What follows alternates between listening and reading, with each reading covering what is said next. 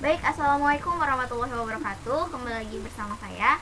Di sini saya akan melanjutkan pembahasan tutorial minggu pertama di TPB 14B ya. Kita sekarang akan membahas tentang fisika dasar 2, bagian elektrostatik. Nah, dalam soal ini dikatakan 3 buah muatan titik, yaitu Q1, Q2, dan Q3 tersusun seperti pada gambar. Nah, masing-masingnya itu bermuatan Q1 sama dengan Q2 sama dengan ini sama dengan Q2 ya. Q3 sama dengan plus 2E. Nah, ini sama dengan plus E. Diketahui jaraknya. Sini kan dikasih tahu A nih. Atau di sini A ya. Nah, A-nya itu diketahui nilainya 6 mikrometer. Tentukan besar dan arah medan listrik di titik P. Nah, oke. Mudah-mudahan pada bisa dipahami ya. Ini termasuk soal yang mudah. Jadi kalau misalkan kita ditanya di titik P ini, berarti kita harus cari kira-kira titik P ini memperoleh medan dari apa aja gitu. Ingat, medan listrik adalah 1/4 V epsilon 0 Q per R kuadrat dikali R atau Pi. Dia ada medan itu ketika ada suatu muatan. Misalkan ada muatan positif, arah medannya keluar. Terus negatif, arah medannya masuk gitu ya. Nah, di sini kan dikasih tahu nih, muatannya semuanya positif. Kita tandain ya, positif, positif, positif. Nah, setelah itu kita lihat bagaimana resultan daripada medan listriknya. Warna apa ya? Ini aja deh.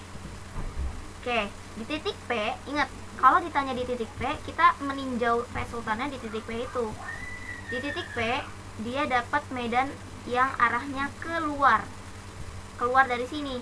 Tapi kalau kita tinjau di titik ini, keluarnya berarti ke sana. Ya. Lalu berdasarkan muatan ini juga positif, berarti keluar. Tapi tinjaunya di titik ini, berarti arahnya ke sana. Nah, lalu yang ketiga ini dia juga positif, yang artinya keluar ke sana. Maka kalau kita tinjau di sini begini ya. Nah, ini E akibat 1, ini E akibat 2, ini E akibat 3. Oke. Sekarang karena Q1 dan Q2 itu sama, yaitu sebesar E, maka udah jelas nih, bagian E2 dan E1 ini akan saling meniadakan. Besarnya sama, arahnya berlawanan. Ingat ya, ini vektor. Nih, ada arahnya. Maka sudah lenyap gitu ya. E2 dikurang E1 ya 0 karena sama. Berarti resultan E totalnya itu hanya berasal daripada E3. Udah, E3 itu apa? Kita masukkan saja 1/4 V epsilon 0 dikali Q-nya Q3. Ingat Q3 itu ini ya. Saya tulis dulu deh. R kuadrat dikali R atau Pi. Nah, permasalahan di sini kita belum tahu R kuadratnya. Betul? Nah, kalau kita belum tahu R kuadratnya, kita harus cari. Bagaimana carinya? Ya, ini dengan Pitagoras. Ketika kita tinjau, kita potong. Ini kan A. Ini kan 3 buah muatan. Bentar. Sama nggak ya ini tiga-tiganya?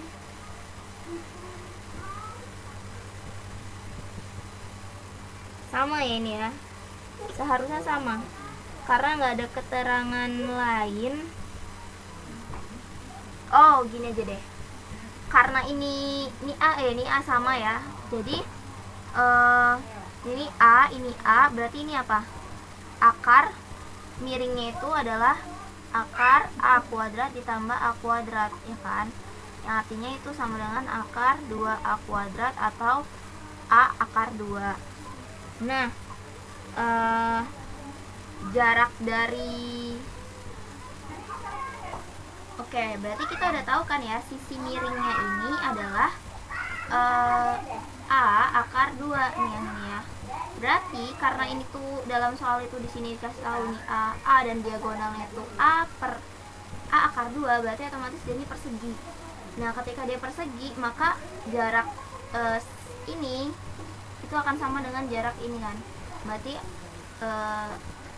tinggal sisi miringnya ini kita bagi 2, itulah jarak dari muatan 3 ke titik P. Nah, seperti itu. Jadi setelah kita masukkan nih, seperempat pi epsilon 0 nya itu adalah 8,99 kali 10,9. Q-nya kita masukkan nilainya 2 elektron, lalu dibagi dengan jaraknya, jangan lupa dikuadratkan.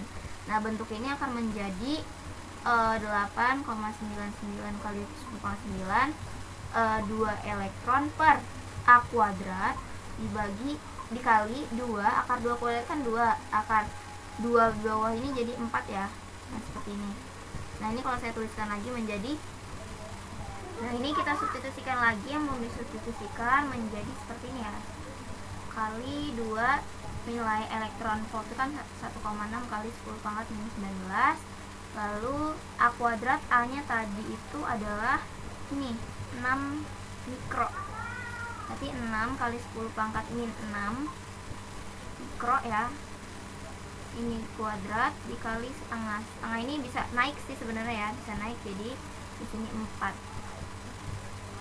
Nah, ini kalau dijumlah memperoleh hasil, nah jadi hasilnya sekitar 160 Newton per Coulomb. Lalu bagaimana dengan arahnya? Tadi kok R topinya diabaikan? Nah, gini ya, jadi untuk soal di sini R topi sini nggak diabaikan sebetulnya, hanya saja kita sudah tahu kan R arahnya ke sana ya, arah E nya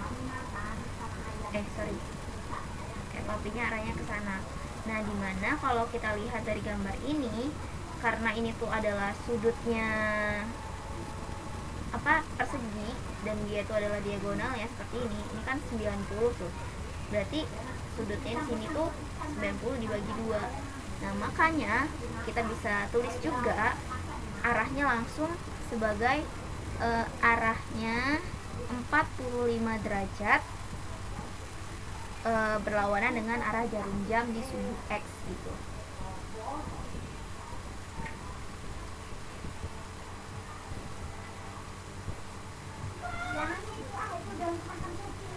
Jarum jam sumbu X. Nah, mungkin itu saja yang dapat saya sampaikan, mudah-mudahan bermanfaat. Ditunggu next video dari saya. Oke. Wassalamualaikum warahmatullahi wabarakatuh.